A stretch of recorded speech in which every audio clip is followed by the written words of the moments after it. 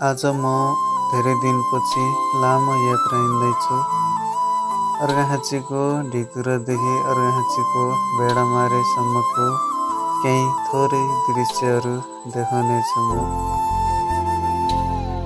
हरियो वन, अग्ला अग्ला पहाड अनि चिसो हावाको आनन्दले बेग्लै मजा आउँछ।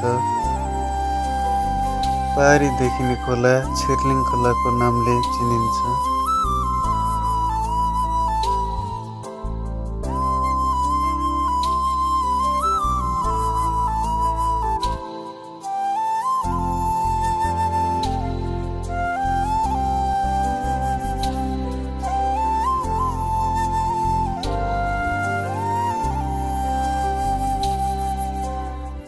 पारी देखिने गाउँ शिवचोरको गाउँ हो।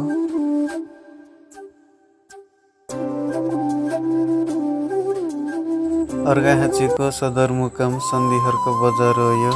चारतिर अग्ला अग्ला पहाडले घेरेको अनि गहिरो ठाउँमा बजार रहेको छ।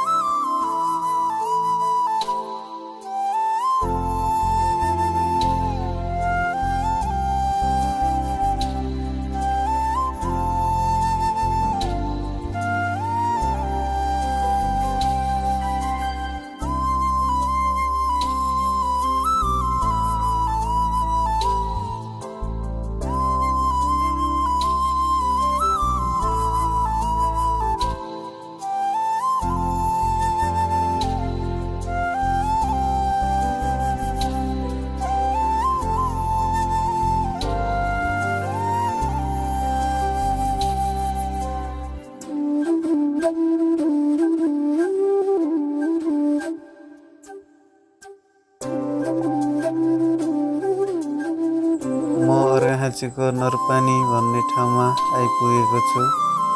यहाँ गर्मी याममा पनि चिसो मौसमको अनुभव हुन्छ।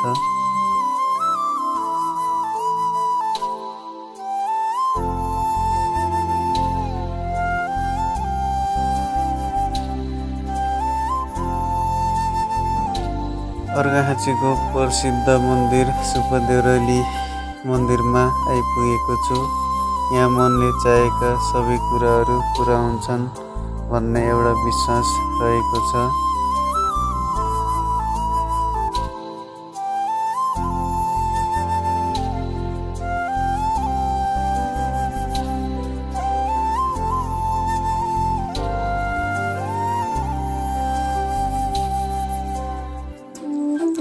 हे देउराली माता, हामी सबैको रक्षा गर्नुहोला।